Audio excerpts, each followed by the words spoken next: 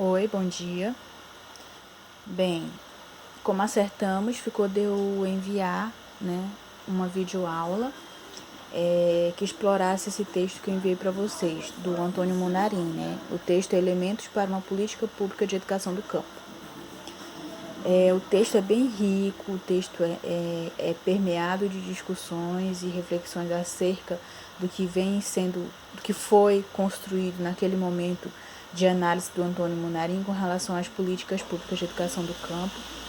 E ele faz toda essa análise para dentro da política que estava sendo construída,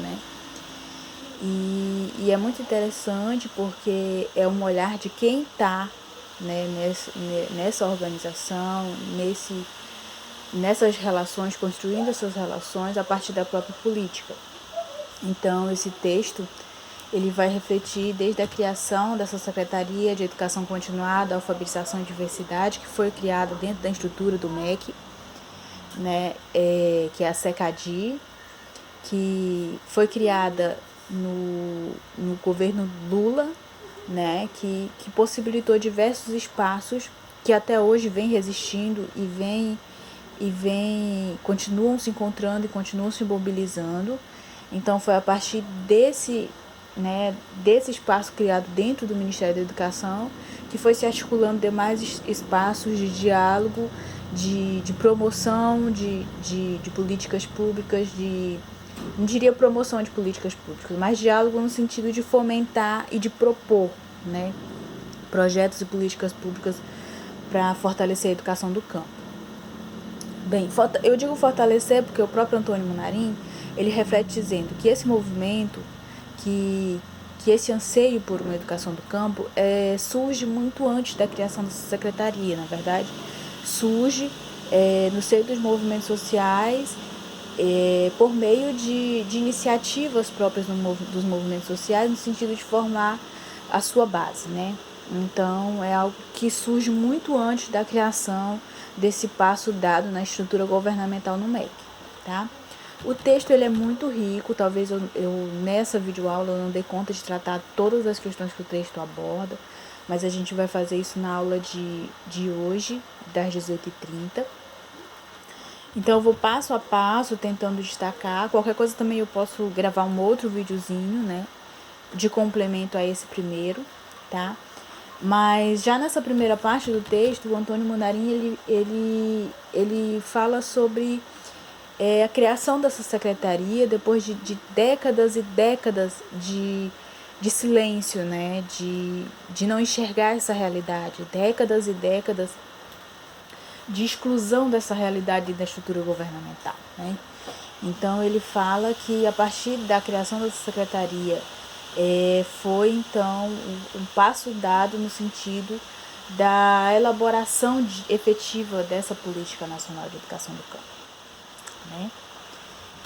E nesse sentido a implantação dessa secretaria e a articulação estatal para a implantação dessas políticas públicas de educação do campo enfrentam diversos problemas, Ele até destaca que mesmo as portas sendo abertas para essa política, as maçanetas ainda se encontravam emperradas, Então tem diversas questões que se deparam nesse meio que são difíceis de conseguir superar, que são as amarras burocráticas, as leis autoritárias e excludentes, do orçamento que é mínimo, e que muitas vezes é priorizado por setores influentes dentro do governo, funcionários com pensamentos retrógrados e que é arraigado no decorrer da formação desse profissional. E, enfim, são sérias dificuldades que se enfrentam e com impossibilidades de fato, construir e consolidar essa política nacional por uma educação do campo, Então, e aí é isso, ele faz essa reflexão de que essa política, de que esse movimento ele já se institui antes nos movimentos sociais, através desses projetos e dessas experiências que o próprio movimento institui para formar a sua base. Então o MEC, ele na verdade nesse momento, ele faz uma abertura, né, da máquina estatal para ouvir essas vozes, né, para refletir sobre essa temática dentro da estrutura do MEC. O que para nós, ao visualizar todas essas questões que o Antônio Manarim expõe, é como se a gente tivesse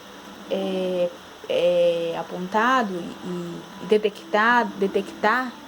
que foi a partir da criação dessa secretaria que de fato nasce essa política dentro da máquina estatal. O que é assim, muito estarrecedor e nos deixa muito triste de visualizar. A gente até sabe, a gente até conhece, mas observa que isso acontece depois de décadas e décadas e décadas de invisibilidade, mesmo de não reconhecer essa diversidade do campo e de priorizar no campo das políticas públicas, né?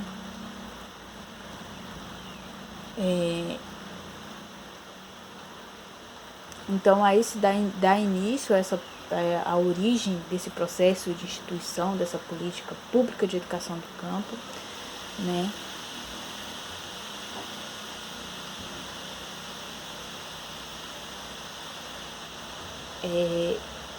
Então, a partir dessa secretaria, a partir dessa coordenação geral de educação do campo, se abre diversos espaços de diálogo, né, e de envolvimento da sociedade civil com o Estado, né? E aí ele vai até falar sobre um grupo de trabalho que se forma dentro dessa secretaria com a intenção de propor, de analisar, de pesquisar sobre a educação do campo. E desse grupo de trabalho surgem outros movimentos estaduais, como os fóruns estaduais de educação do campo, que chega mais próximo da realidade dos municípios. Então, as reuniões do grupo de trabalho, as reuniões dos fóruns estaduais de educação do campo, surgem a partir dessa entrada, dessa discussão dentro da esfera federal, né, dentro do MEC, que possibilita esses demais espaços, que tem a participação da sociedade civil através dos movimentos sociais organizados e também do Estado, no sentido de possibilitar a efetivação das políticas, certo? E aí ele vai, no texto, falar sobre diversos tópicos importantíssimos, né? E aí ele expõe como é que é a prática dessa coordenação geral de educação do campo que se forma dentro dessa secretaria, né? Por que dessa coordenação geral de educação do campo, qual é o trabalho dessa coordenação, né? E aí ele expõe que é fazer das diretrizes operacionais já constituída e que foi engavetada,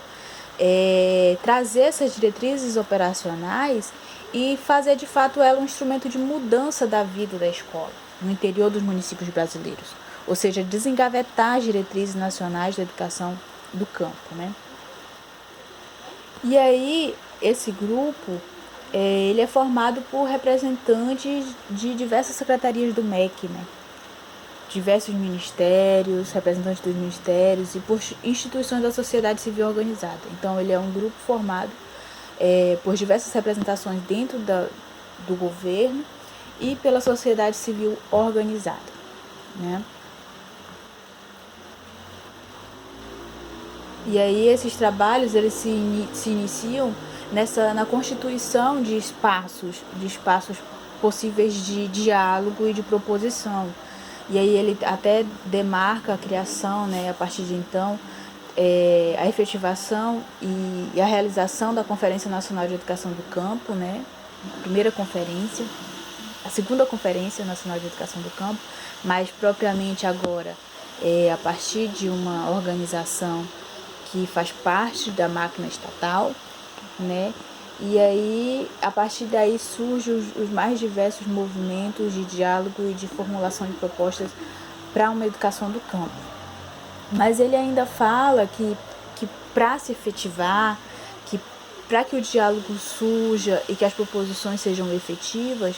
é necessário uma série de ajustes, e ele traz como eixos estratégicos, né? Que é a construção de uma nova base epistemológica. Tá? O que seria essa construção